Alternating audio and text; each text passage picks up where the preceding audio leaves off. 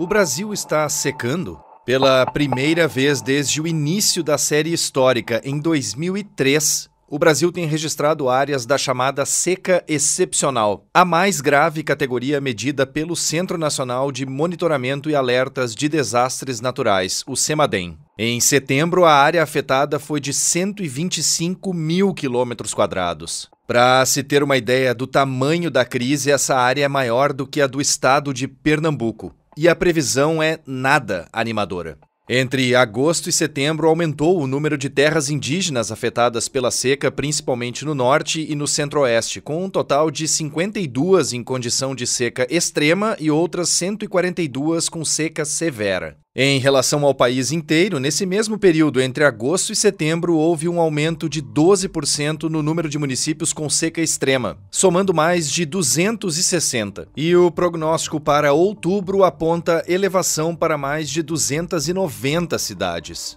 Mas o que está causando isso? Por que o Brasil enfrenta a mais extensa, intensa e duradoura seca desde 1950? Há algum sinal de melhora à vista? E quais são os impactos dessa seca, principalmente para populações ribeirinhas e isoladas? Tudo isso a partir de agora aqui no DW Revista.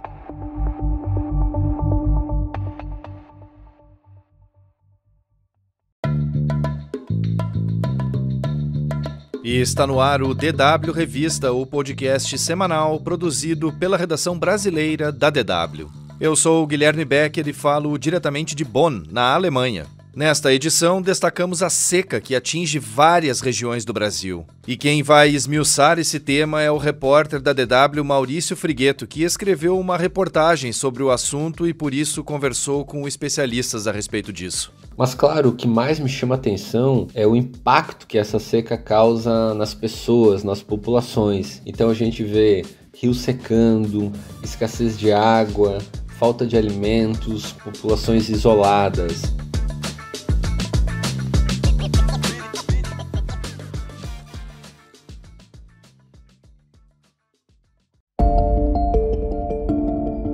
Para começar essa edição do DW Revista, eu queria descrever aqui as categorias que o CEMADEM, o Centro Nacional de Monitoramento e Alertas de Desastres Naturais, aborda quando o assunto é seca. São 5 categorias: fraca, moderada, severa, extrema e excepcional. E para definir a condição de uma determinada área são analisados dados obtidos principalmente por sensores de satélite. E aí são levados em consideração fatores como o déficit de chuvas, a umidade do solo e a secura da vegetação. E entre as 5 categorias que eu citei há pouco, na seca excepcional, a mais grave delas, essas variáveis atingem os níveis mais críticos. Um evento que é considerado raro. Na verdade, a seca extrema já é considerada rara. A excepcional, então, nem se fala. Maurício Frigueto, a seca excepcional dá uma ideia da dimensão do problema no Brasil, já que no mês passado o CEMADEM havia informado que o país vive a pior seca desde a década de 50. E por isso eu te pergunto, o que mais te chamou a atenção ao fazer a reportagem sobre esse tema? Quais são os impactos dessa seca de acordo com as análises dos especialistas entrevistados por ti? Primeiro, o que mais me chama a atenção é que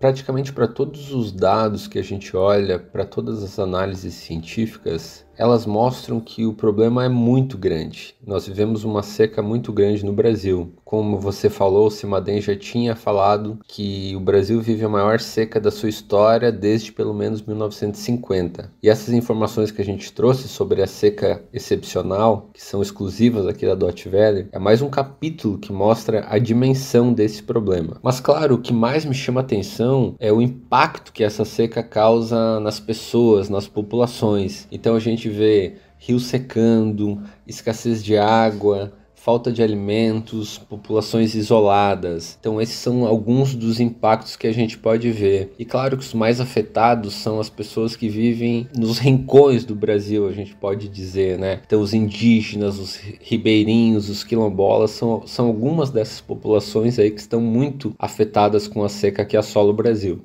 Bom, continuando com essa questão mencionada aqui, Maurício, os rios secos também dificultam a locomoção e isolam ainda mais essas comunidades, né? Já que o transporte fluvial é fundamental e abastece inúmeras pessoas que vivem nessas áreas. Isso mesmo, Guilherme. Eu acho que um bom exemplo disso é Jordão, um pequeno município no Acre, na fronteira com o Peru. Lá só se chega de avião ou barco. E de avião é muito caro, obviamente. E como os rios estão secando, há muita dificuldade de chegar a produtos, como gás de cozinha, como combustível e até alimentos. Eu conversei com a Maria José Feitosa Araújo, ela é a coordenadora da Defesa Civil, e ela me contou o drama da cidade. Gás de cozinha não temos na cidade. A população está comprando um carvão, que ainda a zona rural, eles ainda trazem, porque tem alguns ramais, né, que ligam a cidade a algumas comunidades aqui próximas. Aí eles que estão abastecendo praticamente a cidade com carvão. E ela falou também que o poço artesiano, que é a principal forma de as pessoas beberem água, ele praticamente não tem mais água, ele está secando também. E o que é mais interessante, Guilherme, é que no começo do ano, em fevereiro e março, o município foi atingido por enchentes históricas na cidade. Então, assim, num curto período de tempo, o município viveu com enchentes e agora com uma estiagem muito severa. E essa enchente também levou muitos produtos que tinham sido plantados pelos indígenas e pelas comunidades ribeirinhas. Então essa estiagem, parte da crise que vive, também é reflexo dessa inundação que o município viveu ali no começo do ano. E além de tudo isso, Maurício, tem o fogo ainda, as queimadas, que também têm devastado boa parte do território brasileiro. E como você comentou, quem acaba sofrendo mais com isso são as comunidades que vivem no meio da mata. Como é que está a situação das terras indígenas em relação à seca e às queimadas? Bom, o Brasil inteiro está sofrendo com o fogo e com a fumaça que é transportado das queimadas, mas quem vive perto dos focos são os mais atingidos. E novamente os indígenas, então, entre os grupos que mais sofrem com os incêndios. Nas terras indígenas, a atribuição principal para combater o fogo é do governo federal. E por meio do Previ-Fogo, então, eles têm contratado, inclusive, muitos indígenas para combater os incêndios, que eles conhecem o território e têm uma capacidade melhor de lidar com ele. Mas não é em todos os lugares que eles chegam. Então eu conversei com indígenas da terra indígena Apiacá-Caiabi, em Jurá, no Mato Grosso. Eles me contaram que em julho eles fizeram uma formação para combater o fogo e logo depois já tiveram que colocar esses conhecimentos em práticas. Eu conversei com o Joelison França Poiás, que é chefe da brigada da terra indígena. Ele me contou que muitas vezes as aldeias estavam tomadas por fumaça, que praticamente não dava para enxergar nada. Então eles dormiam e acordavam cheirando aquela fumaça.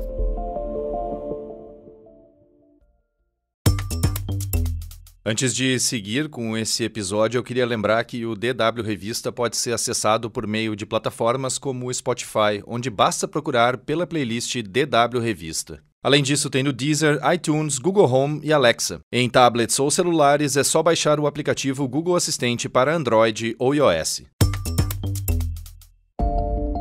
A seca de 2024 é uma das piores da história do Brasil. E por isso eu queria te perguntar, Maurício, o que, afinal de contas, está causando tudo isso? Por que o Brasil enfrenta a pior seca desde a década de 50? A Ana Paula Cunha, especialista em secas do CEMADEM, descreveu a situação como uma tempestade perfeita, ou seja, foram uma série de fatores que influenciaram o tamanho dessa seca. Como pano de fundo, nós temos então as mudanças climáticas, que são causadas pelo aquecimento global gerado por nós seres humanos, e esse fenômeno causa os eventos extremos como secas e inundações. Mas nós tivemos dois fenômenos específicos que também ajudaram a configurar o tamanho dessa seca, que é o El Niño e o aquecimento da superfície do Oceano Atlântico Norte. De forma bem simplificada, esses dois fenômenos causam secas na maior parte do Brasil. Por outro lado, esses dois fenômenos eles também causam excesso de chuvas no sul do Brasil e eles também foram responsáveis por todas as inundações que aconteceram no Rio Grande do Sul no primeiro semestre. Além disso, nós tínhamos previsto um Laninha para setembro, que ele ajuda a trazer chuvas para o Brasil e ele ainda não se configurou e a previsão é que ele vai ser ainda mais fraco do que o previsto.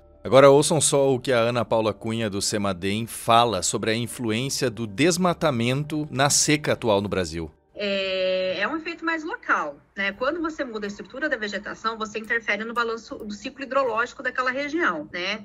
E não só da região, no caso da Amazônia, a Amazônia influencia o transporte de umidade para regiões ali no São Paulo, Mato Grosso do Sul, Paraguai, né? Que é aquela corrente dos jatos de baixos níveis ou rios voadores. Essa região depende também de fluxo de umidade da Amazônia. Por isso que a seca está meio casada hoje nas duas regiões. Agora, tem estudos que mostram que o desmatamento na Amazônia, sim, contribui para a redução de chuvas na Bacia do Prata. E essa região que eu estou te falando está dentro da Bacia do Prata. Estudos nem tão novos não, viu? Estudos até um pouquinho antigos, já mostravam essa relação.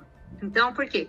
Porque você muda localmente todos os processos de solo, vegetação, atmosfera, interfere no balanço hídrico local, além da temperatura, claro, e isso muda os padrões de chuva. Consequentemente, transporte de umidade para as outras regiões. O desmatamento tem a sua contribuição. Então, assim, são vários fatores. É como se a gente estivesse tendo uma tempestade perfeita agora, tudo colaborando ao mesmo tempo. Para finalizar, Maurício, eu queria saber qual é o prognóstico para as próximas semanas ou meses. Há alguma previsão de melhora ou tempos ainda mais sombrios são esperados em relação à seca no Brasil? Segundo os dados do CEMADEM, outubro ainda vai ser um mês de forte seca aqui no Brasil. De forma geral, de São Paulo para baixo pode haver uma melhora, mas o centro-oeste, o norte vai continuar com uma seca e deve piorar um pouco a situação no Nordeste. De forma geral, é esperado uma melhora no final do ano, na virada do ano, que é quando começa a chover, geralmente mais forte no Brasil. Mas isso vai depender também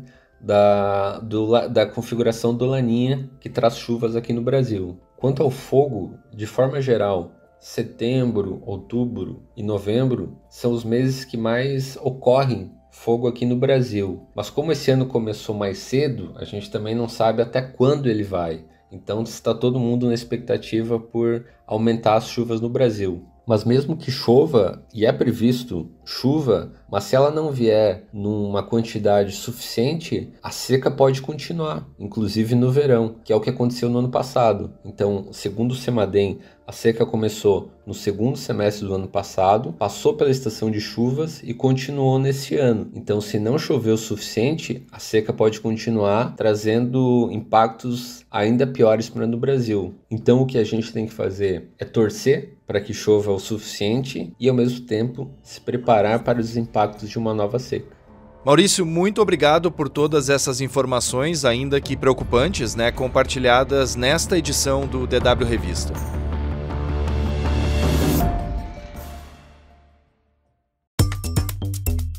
E aí, gostou desse episódio? Gostaria de sugerir pautas para a gente abordar aqui? Então deixa um comentário nas redes sociais da DW, como no Instagram ou no YouTube.